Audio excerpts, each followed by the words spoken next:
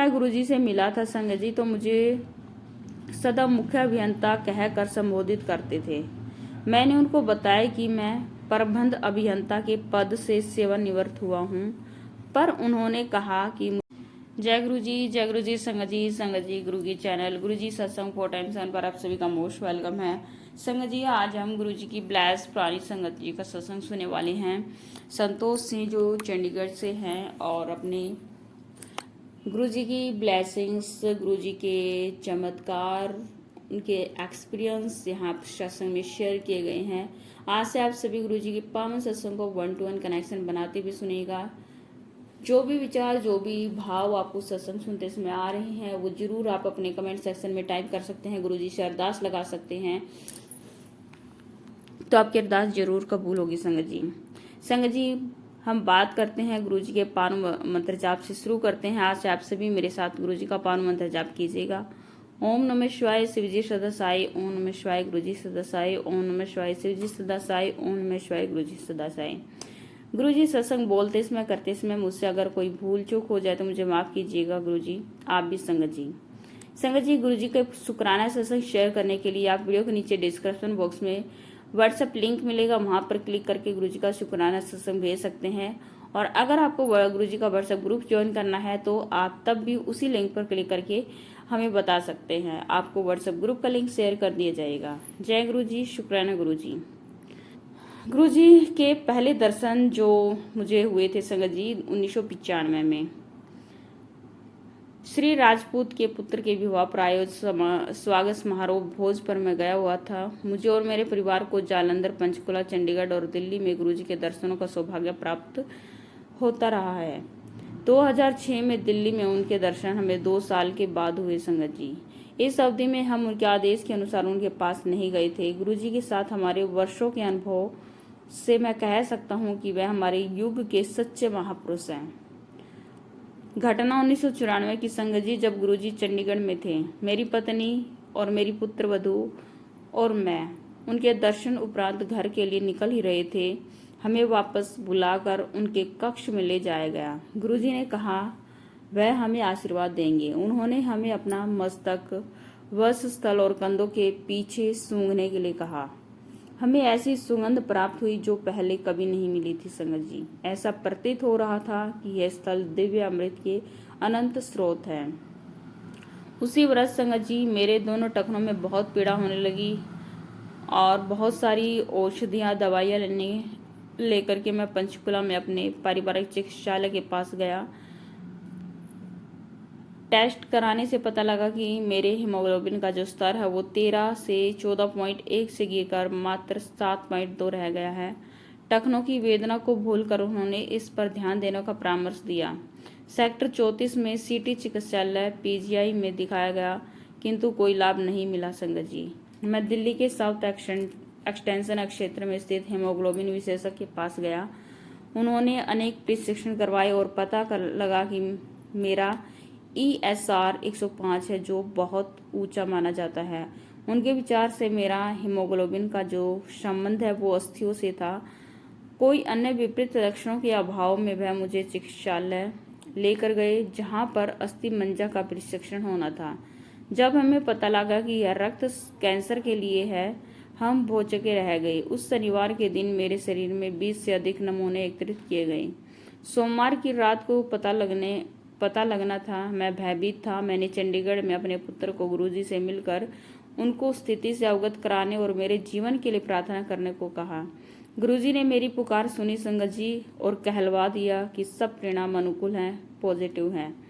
उन 2 दिनों में हम बहुत दुखी रहे। परिणाम आने पर हमारे और डॉक्टर सभी के लिए चंबे की बात थी संगत जी कि विशेषज्ञ ने 9 विटामिन निर्धारित किए और इस प्रकार मुझे प्रतिदिन 2 दर्जन से अधिक गोलियां और कैप्सूल खाने थे।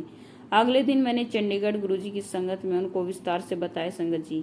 गुरुजी महाराज ने मुझे सब औषधियां छोड़कर प्रतिदिन 1 गिलास अनार का रस और भ्रमण करने के लिए कहा। मैंने उनके निर्देशों का पालन किया, किंतु दिल्ली में विशेषज्ञों को कुछ नहीं बताया। 1 महीने के बाद जब मैं उस विशेषज्ञ के पास दिल्ली गया तो मेरी स्थिति में बहुत सुधार था। उन्होंने औषधियों की मात्रा आधी कर दी। अगले महीने जब और सुधार दिखाई दिया तो उस दिया कम कर दी गई। गुरुजी को जब इतने सुधार के बारे में बताया तो उन्होंने अनार का रस बंद करने को और जीवन में आनंदित रहने और सब इच्छा को पाने के लिए कहा। उनकी दया से ही मैं उनके निर्देशों का पालन कर रहा हूँ और सामान्य जीवन व्यतीत कर रहा हूँ। संगत जी, मैं पंजाब सिंचाई विभाग में अभियंता के पद पर 1992 से सेवारत हूँ।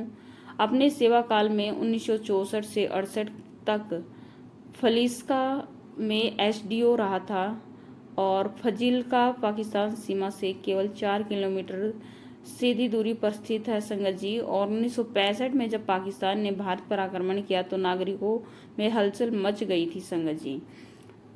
प्रशासन होने के कारण मेरे कंधों पर बहुत ज़्यादा उत्तरदायित्व था। महिला और बच्चों को मलहोत के निकट भेजना था और शीघ्र कार्य शीघ्रता से किया गया था। उस अवधि में मैंने सेना के साथ भी कार्य किया संगत जी और उनके साथ भूमि में खुदे हुए उनके बंकरों में भी रहा, क्योंकि शहर पर सीमा पार से बर्फबारी हो रही थी। सैन्य अधिकारी होते हुए यह मेरे कार्य क्षेत्र में नहीं आता था, किंतु मैंने मेरे संकट भरे वातावरण में कार्य किया था। ऐसी सेवाओं के लिए पंजाब सरकार और रक्षा विभाग ने मुझे प्रशंसा पत्र और समय पूर्व पदोन्नति मिलनी चाहिए थी, क्योंकि पंजाब सरकार ने ऐसा नहीं किया था। इस भेदभाव के लिए मैंने न्यायालय से आवेदन कर दिया था संगत जी। जब मैं गुरुजी से मिला था संगत जी तो मुझे सदा मुख्य अभियंता कहकर संबोधित करते थे। मैंने उनको बताया कि मैं प्रबंध अभियंता के पद से सेवानिवृत्त हुआ हूँ, पर उन्होंने कहा कि मुझे शीघ्र ही मुख्य अभियंता की पदोन्नति प्राप्त होगी। कालांतर में न्यायालय ने मुझे समस्त सेवा संबंधी सुविधाएं दी और गुरुजी के कहे अनुसार पंजाब सरकार ने 2004 में मुझे विशेष अधिसूचना निकालकर मुझे मुख्य अभियंता का पद ग्रहण किया। इस तरह से गुरुजी ने बहुत सारी मेरे जीवन में बहुत सारे ब्लेसिंग्स और उपकार किए हैं संगत जी। कुछ और उपकारों का हम बात करते हैं गुरुजी की दया का। संगत जी, गुरुजी की दया मेरे पूरे परिवार पर बनी रही है। 2002 से 2003 शीत ऋतु में एक दिन मेरी पत्नी मैं एम्पायर स्टेट गुरुजी से मिलने रात के 2 बजे तक थे।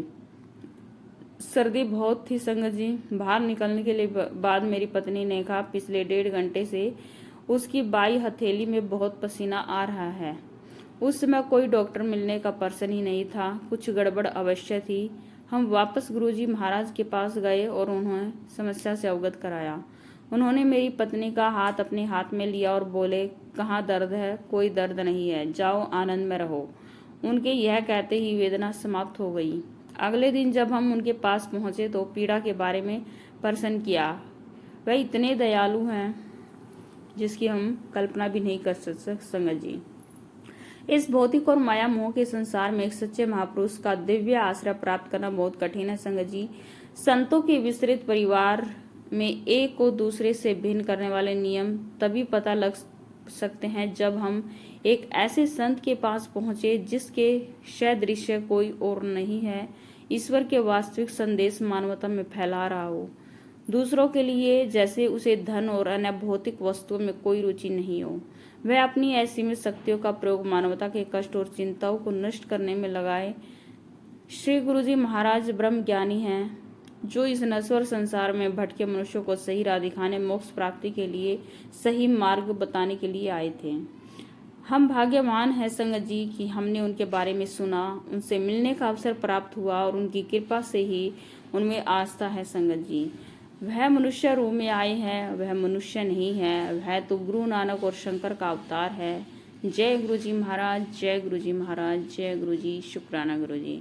बहुत ही अच्छा, बहुत ही प्यारा ब्लेसिंग से भरा हुआ शुक्राना सत्संग हम सब संगत ने सुना, भरपूर आनंद लिया और ये ब्लेसिंग हम सभी संगत तक भी पहुंची है गुरुजी की। जय गुरुजी, शुक्राना गुरुजी। अगर आपको इस ब्लेसिंग को बढ़ाना है तो जरूर हमें बढ़ाने के लिए मौका नहीं छोड़ना चाहिए संगत जी। अपने गुरु परिवार के साथ जरूर इस ब्लेसिंग को शेयर करो, साझा करो और अपने गुरुजी महाराज की ब्लेसिंग भरपूर लेते रहो। अपने जीवन के जो भी कष्ट, दुख, परेशानियां हैं वो सब गुरुजी महाराज की कृपा से दूर होंगी। जय गुरुजी, शुक्राना गुरुजी, शुक्राना संगत जी।